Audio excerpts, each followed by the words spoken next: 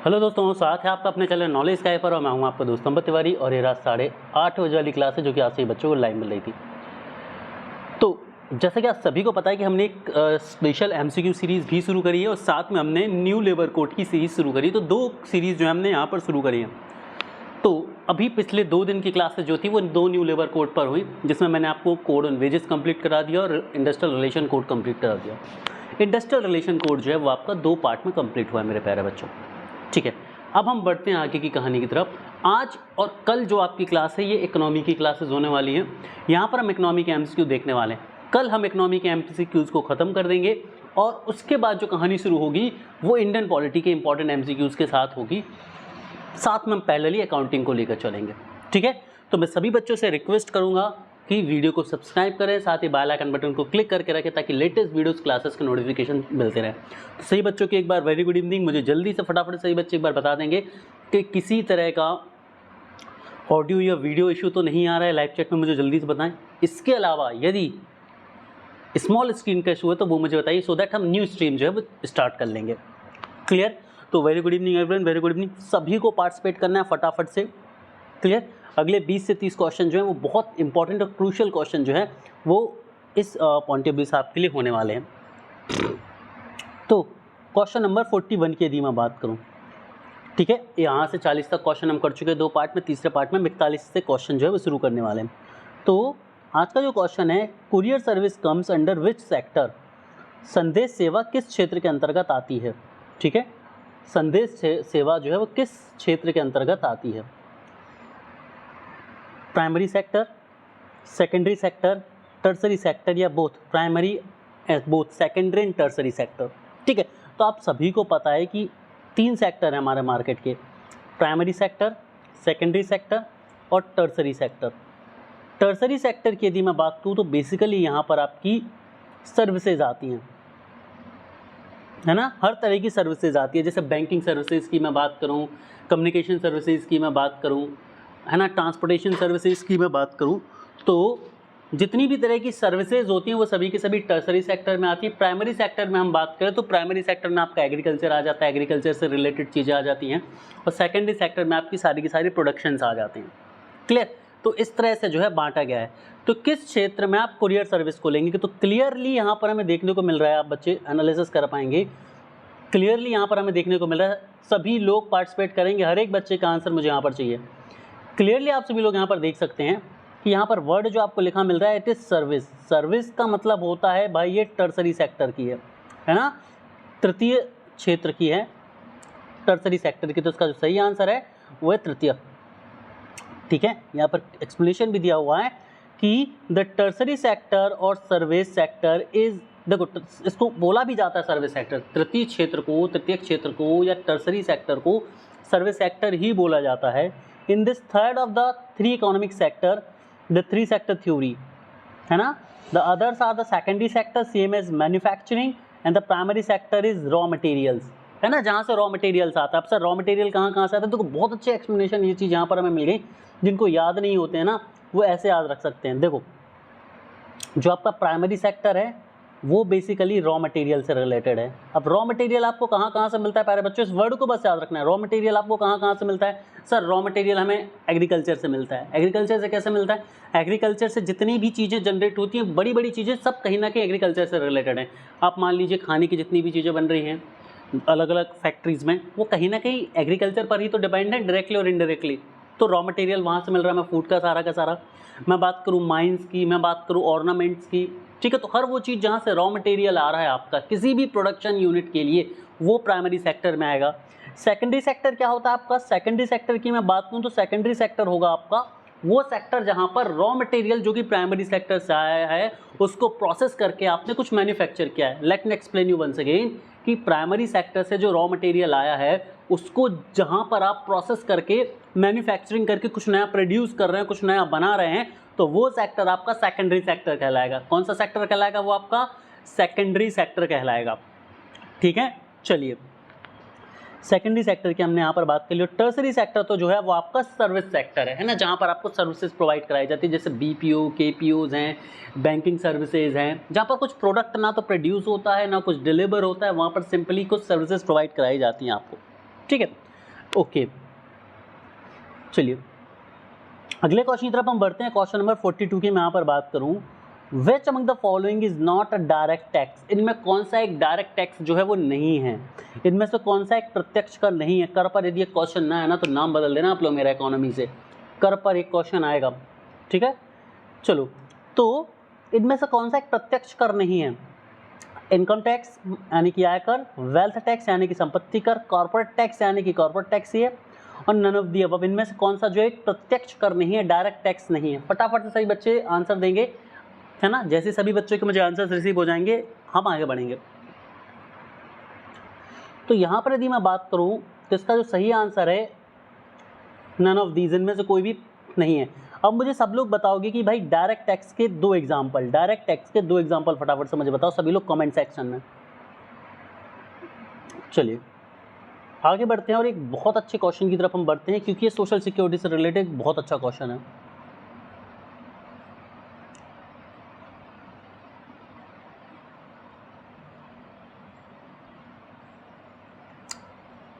तो क्वेश्चन ये बोल रहा है, क्वेश्चन नंबर 43 आपका, कि when was pregnancy aid scheme launch to help pregnant women financially with ₹6,000। ठीक है, तो गर्भवती महिलाओं को 6,000 रुपये की वित्तीय सहायता प्रदान करने के लिए गर्भावस्था सहायता योजना कब आरंभ करी गई थी।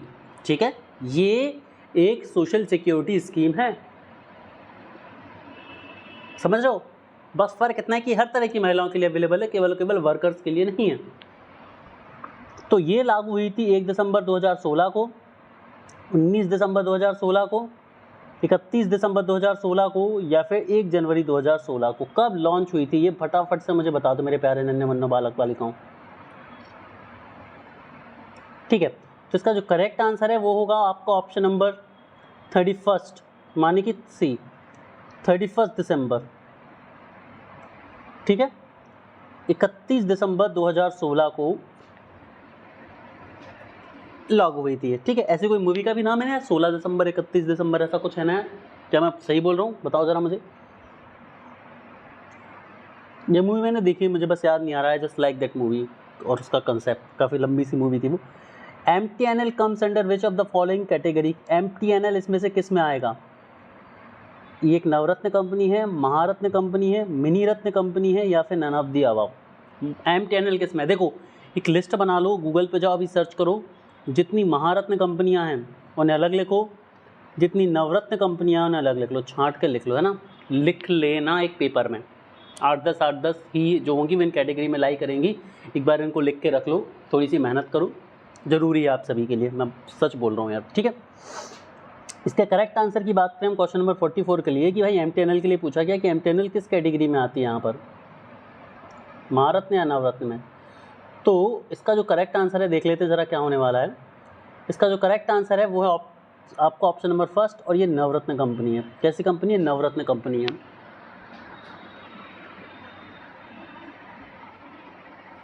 चलिए आगे बढ़ते हमारे अगले क्वेश्चन की तरफ। अगला क्वेश्चन आप सही स्क्रीन पर ये रहा, पहले तो क्वेश्चन पढ़ लीजिए, फिर थोड़ा सा डिफरेंस ज़्यादा है तो हम उसे ऑप्शन को देखेंगे। प्रधानमंत्री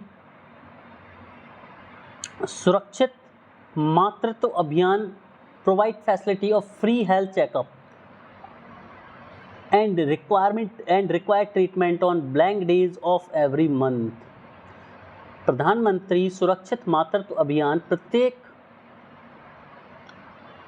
वहाँ पर मार्च लिख गया, प्रत्येक महीने के किस दिन निःशुल्क स्वास्थ्य जांच तथा अपेक्षित इलाज की सुविधा प्रदान करता है। ठीक है, तो किस दिन, पहले, 9वें, 15वें या 30वें दिन, किस दिन निःशुल्क हर तरह का ट्रीटमेंट जो है वो गर्भवती महिलाओं को प्रोवाइड कराया जाता है इस स्कीम के तहत। ठीक है, तो इसका जो करेक्ट आंसर है वो है ऑप्शन नंबर 2, 9वें दिन। ठीक है, 9th day of every month, हर एक महीने की 9वीं तारीख को। चलिए मूव करते हमारे अगले क्वेश्चन की तरफ। अगला क्वेश्चन आपकी स्क्रीन पर ये रहा, पहले क्वेश्चन को हम पढ़ लेते हैं अच्छे तरीके से। यह है आपका क्वेश्चन नंबर 46। कौन सा क्वेश्चन है, क्वेश्चन नंबर 46 है आपका। देखते हैं हमसे क्या बात करना चाह रहा है। India recently notify the third protocol to amend double taxation avoidance agreement with which of the following countries. निम्नलिखित में से किस देश के साथ भारत ने हाल ही में दोहरा कराधान परिहार समझौते में संशोधन करने के लिए तीसरा प्रोटोकॉल अधिसूचित किया है? सुपर इंपॉर्टेंट क्वेश्चन है, ठीक है। तो इसका सही आंसर क्या है? इसका सही आंसर बस याद रख लो, सिंगापुर के साथ किया था, ठीक है, सिंगापुर। चलो अब मिलान करना है। मैच द फॉलोइंग, निम्नलिखित का मिलान कीजिए। मैच द फॉलोइंग, ठीक है। फटाफट से इसको एक बार पढ़ेंगे सभी लोग।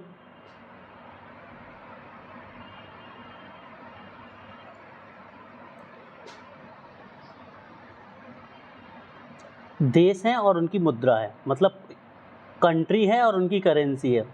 बांग्लादेश, म्यांमार, मालदीव और भूटान, सभी की सभी हमारी इंडियन सब कॉन्टिनेंट वाली कंट्रीज़ हैं।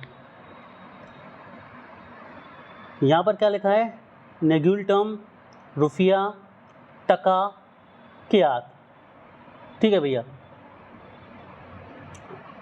तो भाई करेंसी का है, बहुत बेसिक सा क्वेश्चन है ना, बहुत बेसिक सा ये आपका करेंसी का क्वेश्चन है, ठीक है। तो इसके सही आंसर की हम बात कर ले तो क्या हो जाएगा भाई? ठीक है, यहाँ पर तीसरा जो है वो सही आंसर होगा, सीडी भी है, ठीक है। मतलब बांग्लादेश की क्या है भाई? सर बांग्लादेश की टका है, म्यांमार की क्यात है, मालदीव्स की निगुल टर्म है और भूटान की रुपया है, ठीक है। चलिए आगे बढ़ते हैं, हम अपने अगले क्वेश्चन की तरफ पहुँचते हैं। ये तो बहुत बेसिक सा एक क्वेश्चन था सभी के लिए।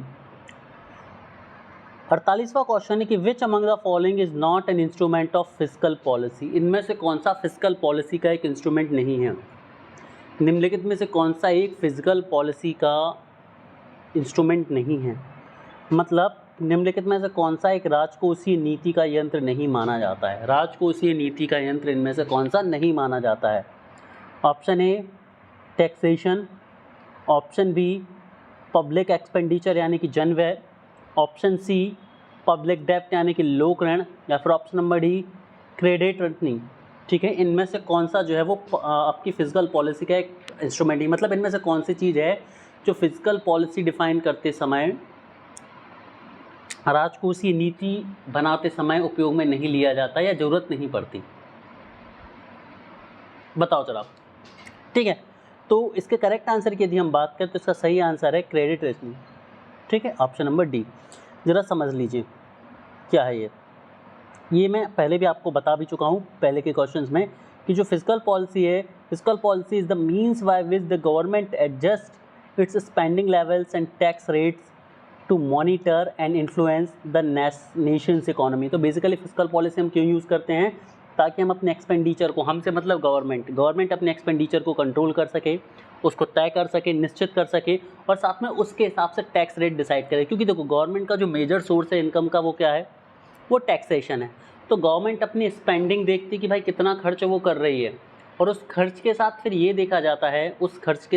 देखा जाता है कि जैसे मान लीजिए 100 रुपये खर्च करने, तो 100 रुपये खर्च यदि हम कर रहे हैं तो ये 100 रुपये टैक्स के माध्यम से आएगा, तो हमें टैक्स के रेट इस हिसाब से रखते हैं कि 100 रुपये नहीं आ पा रहा तो कम से कम 60-70 रुपये तो हम टैक्स से कवर करें। क्लियर? 100 रुपये तो कभी नहीं कवर कर सकती थी, 100 रुपये पूरे के पूरे कवर कर लेती तो कभी हमारा राजकोषीय घाटा जैसा शब्द ही नहीं आता, फिजिकल डिफिसिट जैसा शब्द ही नहीं आता। तो ये तो तय है कि भाई जितना खर्च करते हैं पूरी इनकम तो नहीं होती कभी भी गवर्नमेंट की, लेकिन कुछ लिमिट जरूर तय करती है गवर्नमेंट हमेशा, और उसी बिहाफ पर टैक्स रेट, टैक्स स्लैब जो है वो बनाए जाते हैं। चलिए ठीक है, it is a sister strategy to the monetary policy. अब याद रखना ये बहुत अच्छा क्वेश्चन पूछ लिया जाता है कि इनमें से किसे सिस्टर स्ट्रैटेजी कहा जाएगा फिजिकल पॉलिसी का। तो याद रखना सभी लोग अच्छे से कि जो आपकी फिजिकल पॉलिसी है फर्स्ट थिंग, और आपकी जो मॉनेटरी पॉलिसी है सेकंड थिंग, ये दोनों सिस्टर पॉलिसीज़ कहलाती हैं, सिस्टर स्ट्रैटेजीज़ कहलाती हैं। तो सर फिजिकल पॉलिसी और मॉनेटरी पॉलिसी एफपीएमपी या ऐसे याद रखो एफएम बहनें हैं। फिजिकल एंड मॉनेटरी दोनों तरह की जो पॉलिसीज़ हैं सिस्टर पॉलिसीज़ या सिस्टर स्ट्रैटेजीज़ के नाम से जानी जाती हैं, ठीक है। इंडिया और किसी भी कंट्री में मनी सप्लाई को रेगुलेट करती है मोर इम्पॉर्टेंटली।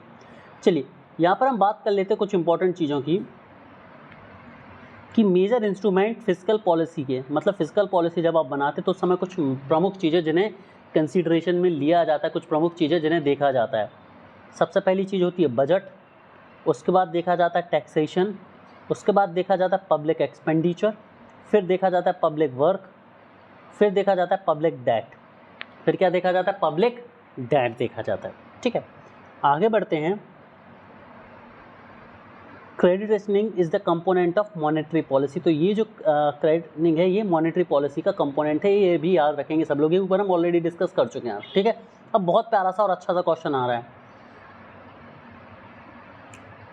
इसको मैं थोड़ा सा जूम इन कर देता हूँ, थोड़ा सा मतलब पहले इसको समझ लो यार है ना एक बार अच्छे से, पहले एक बार क्वेश्चन को देख लो, उसके बाद हम ऑप्शन देखेंगे, ठीक है, तरीके से। सभी लोग एक बार क्वेश्चन को रीड कर लेंगे बढ़िया तरीके से, ठीक है। तो क्वेश्चन की यदि हम बात करें, which of the following equation is are incorrect, इनमें से कौन सी इक्वेशन जो है वो सही नहीं है।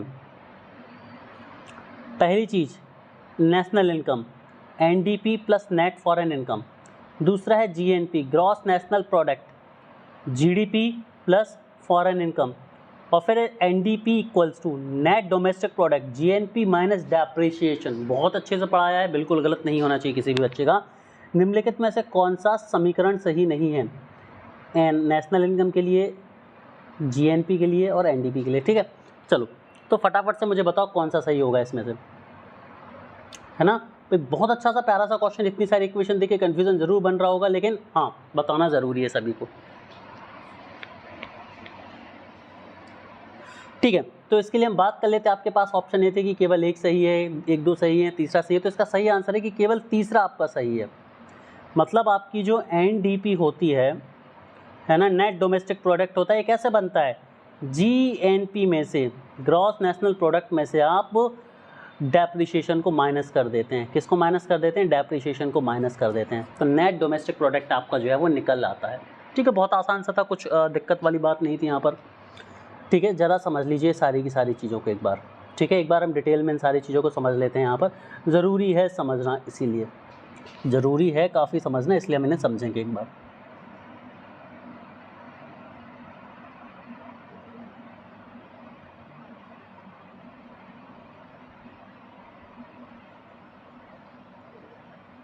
ठीक है, तो सबसे पहले हम समझते हैं net foreign factor income, NFFI क्या है, is a difference between the aggregate amount that countries citizen and companies earn abroad and aggregate amount that foreign citizens and overseas companies earn in that country in manufacturing terms. तो याद रखना है net foreign factor income क्या होती है। Net foreign factor income का मतलब ये होता है कि किसी भी देश में बाहर के लोग जो पैसा कमा रहे होते हैं उसे बोला जाता है। इंडिया में जो बाहरी लोग पैसा कमा रहे हैं वो, या इंडियंस लोग बाहर जाके जो पैसा कमा रहे हैं वो, इसका फॉर्मूला क्या होता है, जीएनपी में से जीडीपी को घटा दो। हम सभी ने देखा था, जीएनपी में से जीडीपी को घटा दो, ठीक है। जीडीपी क्या होता था भाई, जीडीपी क्या होता था, समझने की कोशिश करना है। जीडीपी क्या होता था, जीडीपी का मतलब ये है कि भाई भारत की बाउंड्री के अंदर जो भी इनकम हो रही है, और जीएनपी क्या है, भारत के लोगों द्वारा जो भी इनकम हो रही है, ठीक है।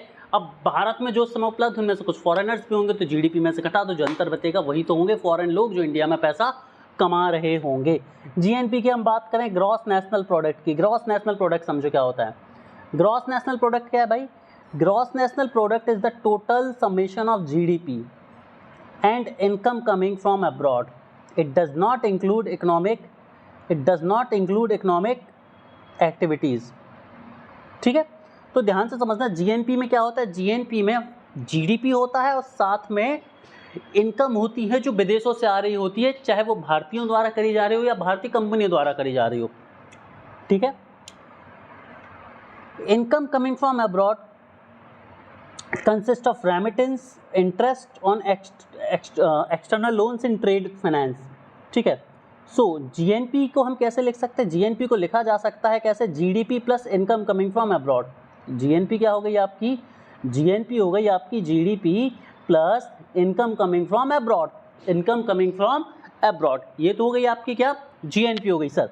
दूसरा पॉइंट क्या था आपका NDP, net domestic product. Net domestic product समझ लीजिए क्या होता है, जीडीपी में सब कुछ इंक्लूड है, भारत में जो विदेशी लोग कमा रहे हैं वो भी है और सारी चीज़ें हैं, ठीक है। तो अब आपको जब एनडीपी बनानी है, नेट डोमेस्टिक प्रोडक्ट बनाना है, तो जीडीपी में से सिर्फ डेप्रिसिएशन को आप हटा देंगे, आपका काम बन जाएगा। जीडीपी में से सिर्फ आप जैसे ही डेप्रिसिएशन को हटाएंगे आपका काम क्या हो जाएगा, बन जाएगा। चलिए क्वेश्चन नंबर 50 की तरफ हम चलते हैं। क्वेश्चन नंबर 50 हमसे क्या बोलता है कि भाई who will be implementing the वरिष्ठ पेंशन बीमा योजना स्कीम ड्यूरिंग फाइनेंशियल ईयर 2017-18, वरिष्ठ पेंशन योजना का क्रियान्वयन कौन करेगा, ठीक है। तो इसका सही आंसर क्या था भाई, life insurance corporation of India, Bharatiya Jeevan बीमा निगम, और तब से लेके अब तक यही कर रही है, तब से लेके अब तक यही कर रही है। 2017-18 के शासन से लेके आज तक यही कर रही है, तब शुरुआत हुई थी और तब से लेकर अब तक यही कहानी एलआईसी के पास चल रही है। तो रट लो बिल्कुल इस चीज़ को।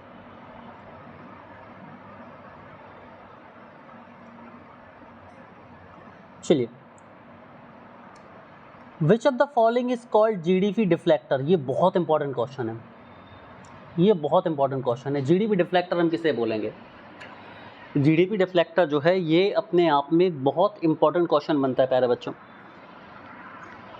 समझते हैं ज़रा में से। जीडीपी अपरस्फीति कारक, ठीक है। तो पहला ऑप्शन है ratio of nominal to real GDP, अवास्तविक से वास्तविक जीडीपी का अनुपात। Ratio of nominal to real GDP, अवास्तविक से वास्तविक जीएनपी का अनुपात। Ratio of nominal to real CPI, अवास्तविक और वास्तविक सीपीआई का अनुपात, या फिर ratio of real to nominal, ठीक है। तो इसका जो करेक्ट आंसर है वो है ratio of nominal to real GDP, ratio of nominal to real GDP, मतलब ऑप्शन नंबर 1 जो इसका बिल्कुल सही आंसर है। इसे अब हम समझ लेते हैं ज़रा। देखो, GDP deflector is a measure of price inflation. जो जीडीपी डिफ्लेक्टर होता है ये प्राइस इन्फ्लेशन को मेज़र करने के लिए यूज़ होता है। It is calculated by dividing national GDP by real GDP and then multiplied by 100, याद रखना है, based on the formula nominal GDP is the market value of goods and services produced in an economy unadjusted for inflation, unadjusted for inflation. चलिए, तो ये चीज़ हमें लगता है सही बच्चों को अब समझ आ चुकी होगी अच्छे से। क्वेश्चन नंबर 53 की तरफ हम पहुंचते हैं और बात करते हैं क्वेश्चन नंबर 53 भाई साहब हमसे क्या कहना चाह रहे हैं।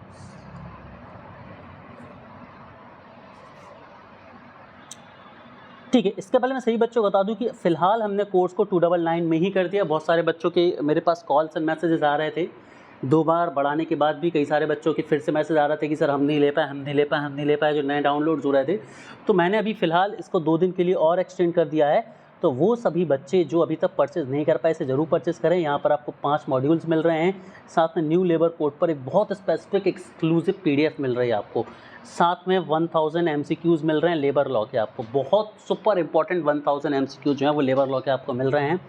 साथ ही साथ मैं आज सही बच्चों को ये भी बता दूं, लेबर लॉ के इन MCQ के अलावा, ठीक है, लेबर लॉ के इन MCQs के अलावा आपको क्या क्या मिल रहा है, यहाँ पर MCQ मिल रहे हैं आपको अकाउंटिंग में, और आपको गवर्नेंस मिल रही है, आपको इंश्योरेंस मिल रहा है, आपको ऑडिट मिल रहा है और इनके MCQs मिल रहे हैं। इसके अलावा और जो चीज़ मिल रही है आपको वो क्या मिल रही है भाई, कि यहाँ पर आपको टेस्ट सीरीज़ मिल रही है जिसमें आपको सेक्शनल टेस्ट हैं और 10 FLT हैं, फुल लेंथ टेस्ट है। तो मतलब कुछ नहीं है, 299 रुपये जो कंटेंट आपको मिल रहा है कुछ भी नहीं है। तो मैं सभी बच्चों से बोलूँगा वहाँ पर जाओ, कोर्स को एक बार एक्सेस ज़रूर करो, ठीक है। नहीं मिलता ना तो मुझसे बात करना, नहीं समझ आता, नहीं वैल्यूएबल लगता, नहीं फ़ायदेमंद लगता ना तो मुझसे वापस कर लेना बात, ठीक है। लेकिन एक बार जरूर शेयर करो।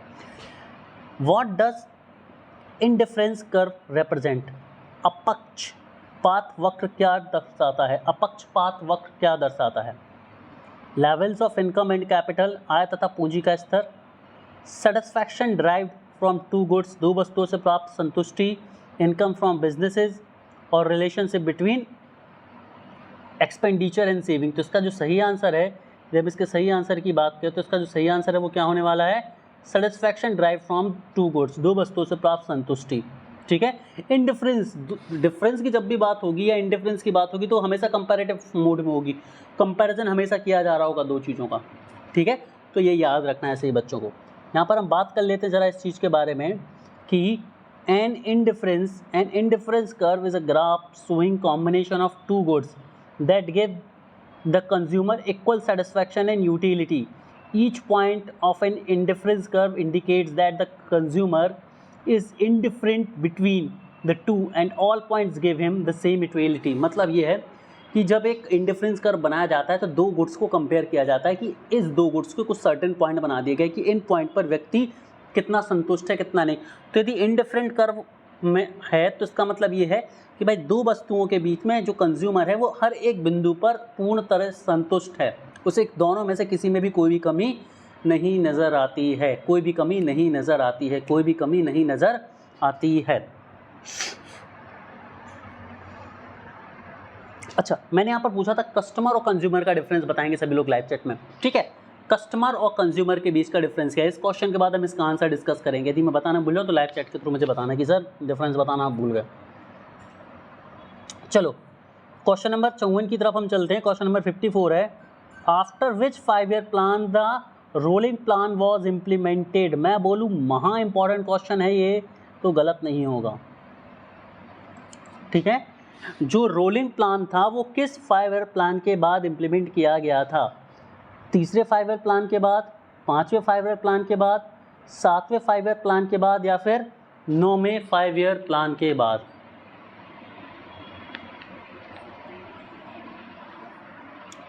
किसके बाद किया गया था ये बताओ ज़रा मुझे फटाफट से सभी लोग।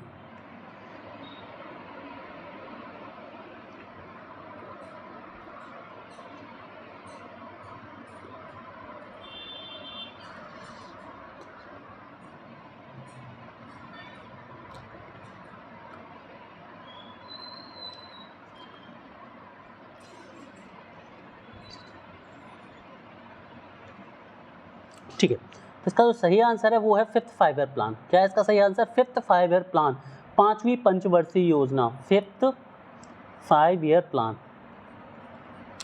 चलो आगे बढ़ते हैं, हम अपने अगले क्वेश्चन की तरफ पहुंचते हैं। अब रोलिंग प्लान के बारे में समझ लेते हैं। पहले जो रोलिंग प्लान था वो 1978 से 1980 तक चला, 12 साल 13 साल। तो जनता party rejected the 5th 5 year plan and introduced a new 6th 5 year plan जो कि 1978 से 1980 तक चला। This plan was again rejected by the Indian national Congress government in 1980 and a new 6th plan was made. The rolling plan constitute the 3 kind plan were propose. तो ये याद रखना है कि भाई पाँचवें और छठवें जो 5 ईयर प्लान के बीच का समय था 1978 से 1980 तक, ये रोलिंग प्लान के तौर पर जाना जाता है। 55वें नंबर के क्वेश्चन की हम बात कर लेते हैं फटाफट से। Which tax cause the burden on the poorer section of the society. ठीक है, इनमें से कौन सा टैक्स जो है वो समाज के गरीब तबके के ऊपर एक बोझ बनता है, डायरेक्ट टैक्स, इनडायरेक्ट टैक्स या फिर दोनों, या फिर इनमें से कोई भी नहीं। ठीक है, तो इसके सही आंसर की यदि मैं बात करूं तो इनडायरेक्ट टैक्स जो होता है, अप्रत्यक्ष कर जो होता है, ये गरीब तबके के ऊपर ज़्यादा पड़ता है। इनडायरेक्ट टैक्स वस्तुओं पर लगता है, डेली नीड्स की गुड्स पर लगता है, और वही जिनको कंज्यूम करने वाले लोग होते हैं, middle class family, higher class family तो सर्वाइव कर जाती है, पुअरर क्लास जो होती है वो परेशान होती है। जैसे आज के समय भी महंगाई इतनी बढ़ रही है टैक्सेशन की वजह से, तो गरीब तबका महंगाई से परेशान हो पा रहा है। 56वें क्वेश्चन की तरफ हम चलते हैं। 56वां क्वेश्चन आपकी स्क्रीन पर ये रहा।